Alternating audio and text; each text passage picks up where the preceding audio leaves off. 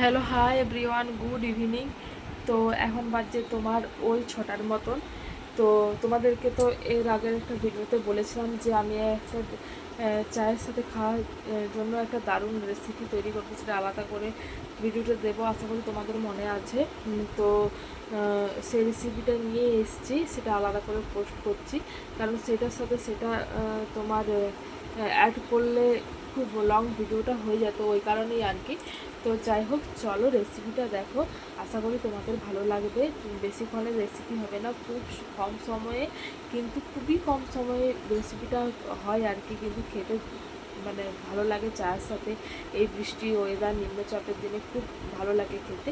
তো তোমরা দেখে নাও কষ্ট করে, একটু বেশিক্ষণ টাইম নেব না, তোমাদের বেশিক্ষণ মূল্যবান টাইম আমি বেশিক্ষণ নেব না, খুব কম সময়ের মধ্যে আমি ভিডিওটা চেষ্টা করেছি, কারণ লং ভিডিও সবাই দেখতে চায় না, পুরোটা স্কিপ করে করে দেখো, ওই জন্য খুব কম সময়ের মধ্যে আমি ভিডিওটা করার চেষ্টা করছি। তো তোমরা প্লিজ একটু দেখে নাও, আর কেমন লাগলো সেটা অবশ্যই বলবে আর কি। তো চলো ভিডিওটা দেখে নাও।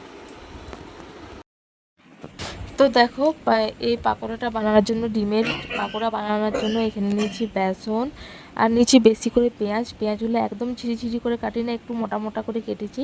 আর নিয়েছি কাঁচা লঙ্কা কুচি, সঙ্গে মশলার মধ্যে দিয়েছি লঙ্কা গুঁড়ো, হলুদ গুঁড়ো, জিরে গুঁড়ো, আর গরম মশলা গুঁড়ো, চাট মশলা।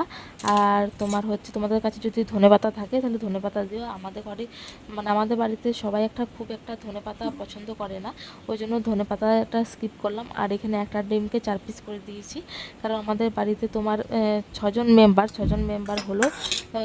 একজন তোমার সে কাজে গেছে, যখন সে আসবে তখন একটু একেবারে রাত মানে ভালো লাগবে না এটা খেতে। আর মায়ের শরীরটা খুব খারাপ, আজকেই খুব খারাপ মানে হয়ে গেছে, মানে রান্না বান্নার পর থেকে বিকেলবেলা মানে তো খাওয়া দাওয়া দুপুরবেলার থেকে গ্যাস অম্বল হয়ে গেছে প্রচণ্ড। তো ওই কারণে মায়েও খাবে না, আর মা এমনিতেও বেশি একটা এরকম তেল মশলার জিনিস খেতে একটা পছন্দ করে না, ওই জন্য এই যে আমাদের তিনজনকার তিনটে আর বাবার একটা।